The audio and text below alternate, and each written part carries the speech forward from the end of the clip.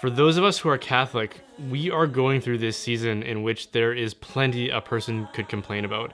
And it seems like every time I come across a headline about the church, it's just more fuel for the dumpster fire. And as you might expect, there are plenty of significant voices who are piling on to that cycle of protest and complaint. But I'm at this point where I've reached grievance fatigue, and I'm starting to understand why. I think it's because really there's nothing noble about this relentless habit of denunciation and this cycle of blame that we're caught in.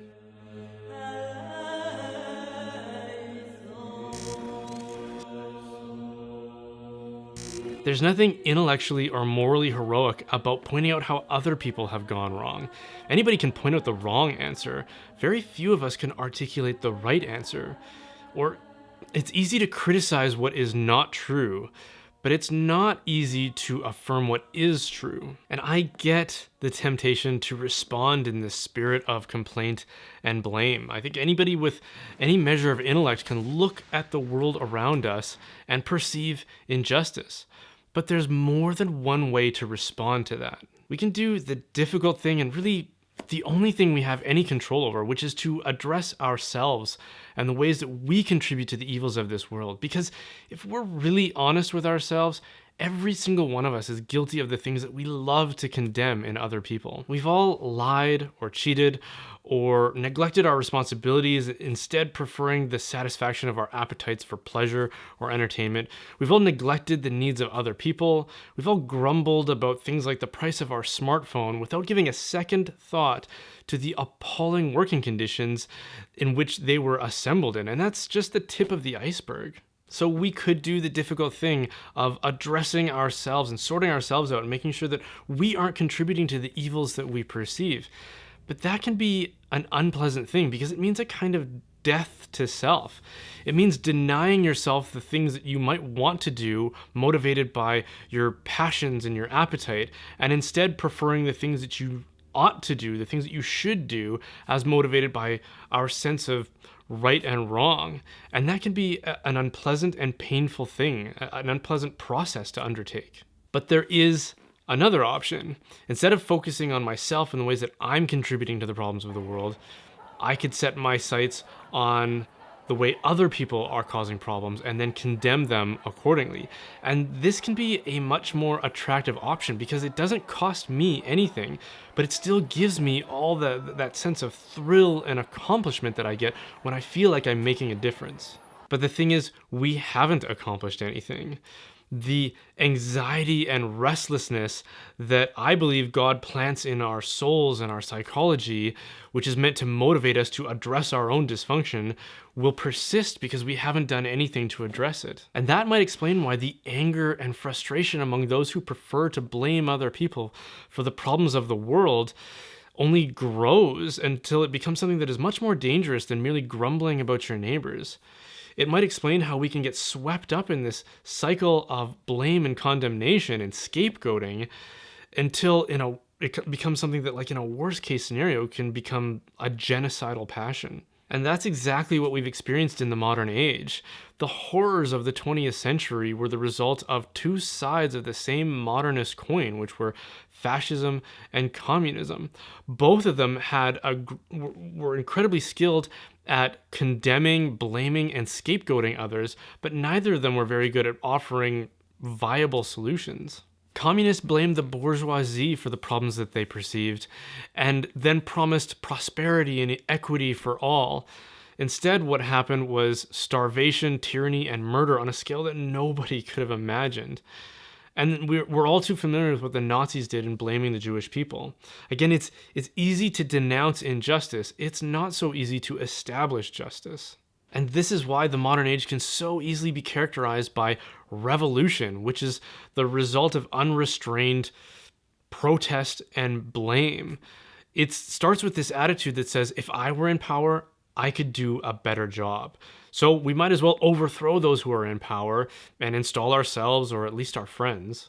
It started with the Protestant Revolution, and then the French Revolution, and the American Revolution, and the Russian Revolution, and this endless stream of revolutions that have taken place over the past 400 to 500 years.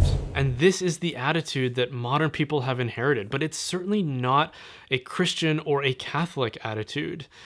Christianity and Catholicism have always told us to address ourselves before we start protesting and casting the blame on other people. Jesus told us to address the log in our own eyes before we try to help our neighbor with the speck in theirs. And St. Paul tells us in Romans that if we judge other people, we condemn ourselves. And then he tells us in Galatians that if we catch our brother in his transgression, that we should restore him in a spirit of gentleness, not protest and condemnation. And from the very beginning, Scripture tells us that the first thing our sinful ancestors did when they were caught in their sin was cast the blame elsewhere rather than take responsibility themselves.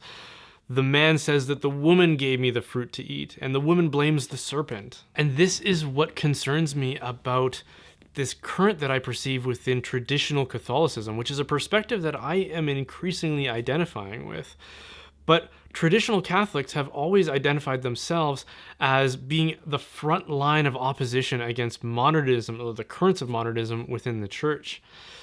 But this attitude of protest and blame is really pervasive, especially in traditionalist Catholic media. But as we've already seen, that is a thoroughly modernist approach to dealing with the problems of the world.